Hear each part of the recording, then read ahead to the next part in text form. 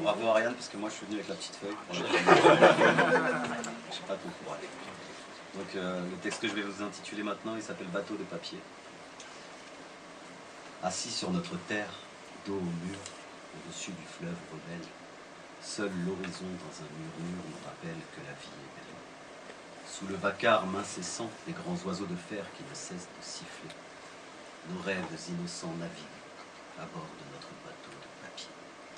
Je serre alors cette main qui chaque jour me nourrit, sèche mes larmes et guide mes pas sur les chemins ensanglantés.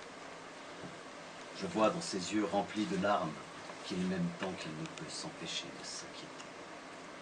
Et puis que les oiseaux de fer ont recouvert maman et transformé notre maison en décombre, papa répète qu'elle sera toujours là, que désormais elle danse parmi les ombres, que l'absence n'est qu'une illusion et que les yeux fermés, notre cœur pourra toujours l'apercevoir. Que si je suis courageux, elle viendra même s'allonger près de moi tous les soirs.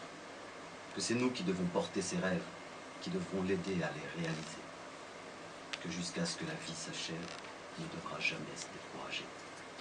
Alors, depuis, on se lève de bonne heure chaque matin. On parcourt les chemins ensanglantés main dans la main. On s'assoit tous les deux au-dessus du fleuve rebelle, puis on prie pour retrouver la paix et pour une vie plus belle.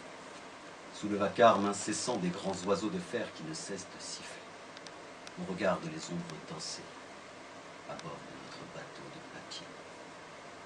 Ce matin-là, je me souviens, il voulait me parler. Ses mots me caressaient, mais ses grands yeux le trahissaient. Mes jambes n'étaient pas assez grandes pour emprunter le long chemin. Mon corps était trop faible, je risquais de mourir de faim. Il voulait mener nos rêves vers la liberté, prendre le vent vers l'horizon. Que je prenne des forces pour venir le retrouver, en faisant bien attention. Il traverserait, tel un marin, des eaux plus puissantes que notre fleuve rebelle. Là-bas, des frères lui tendraient la main. Notre vie deviendrait la plus belle. Assis sur ma terre aride, au-dessus du fleuve rebelle, mes jambes ont bien grandi, mais le sort est cruel. Les oiseaux de fer s'en sont allés. Le vacarme a cessé. J'ai fait bien attention, j'ai pris des forces comme il me l'avait demandé. Malheureusement, l'horizon, semble-t-il, n'abritait que des leurs. La vie n'y est plus belle qu'à condition d'être un des leurs. Alors, chaque soir, c'est son ombre qui me rejoint, qui vient sécher mes larmes et me serrer la main. Aucune, malheureusement, ne s'est tendue vers lui au bout du terrible chemin. Alors, depuis, chaque matin, une question vient me hanter. A-t-il seulement rejoint maman à bord de notre bateau de papier ?